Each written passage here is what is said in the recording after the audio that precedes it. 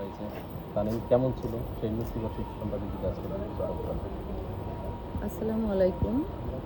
Actually তানিন অবশ্যই ভালো মেয়ে ছিল। আর তানিন আপুর সাথে আমার কয়েকদিন দেখা হয়েছে। বিশেষ করে গত ইলেকশনে অনেকবার দেখা হয়েছিল। তার আগের ইলেকশনে অনেকবার দেখা হয়েছে। যতবারই আমরা দেখা হয়েছে আমরা হাগ করতাম, কথা বলতাম, হাসাহাসি করতাম। খুবই ভালো লাগতো। ওর মধ্যে কোনো অহংকার ছিল না, মানে সবসময় হাসি দিত। আর সর্বপ্রথম তানিম তখন ফিল্মেও আসে নাই আমার সাথে, যখন মগবাজার দেখা হয়েছিল ফার্স্ট, যখন ঢাকায় আসে। তো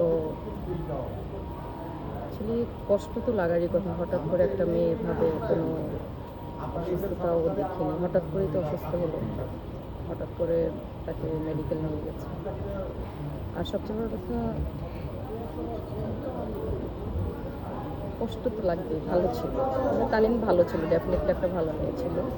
আমাদের সাথে কখনো অ্যাকচুয়ালি ওইভাবে মানে কখনো আছে না যে মুখ কালাকালি হওয়ার মতো কোনো জিনিস ঘটেনি না কখনো। সর্বশেষ কোথায় দেখা হয়েছিল এবং কী কথা হয়েছিল? সর্বশেষ তানিন আপুর সাথে দেখা হয়েছিল আমাদের মুক্তি আপুর বার্থডে ছিল, ভূতের আড্ডায়।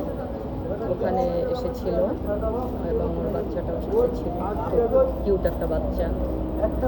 আমি আমার বাচ্চাটাকে একটু কোলে নিলাম, আদর করলাম, গালে একটা চুমো দিলাম। ওখানেই তানিন আপুর সাথে আমার লাস্ট দেখা হয়েছে। তারপর আমি মেডিকেলে গিয়েছিলাম হসপিটালে, কিন্তু ওখানে তো অ্যাকচুয়ালি যেহেতু সে লাইফ সাপোর্টে ছিল, ওখানে তো সবাই অ্যাকচুয়ালি ঘুরতে পারে না তখন, বাট আমরা গিয়েছিলাম।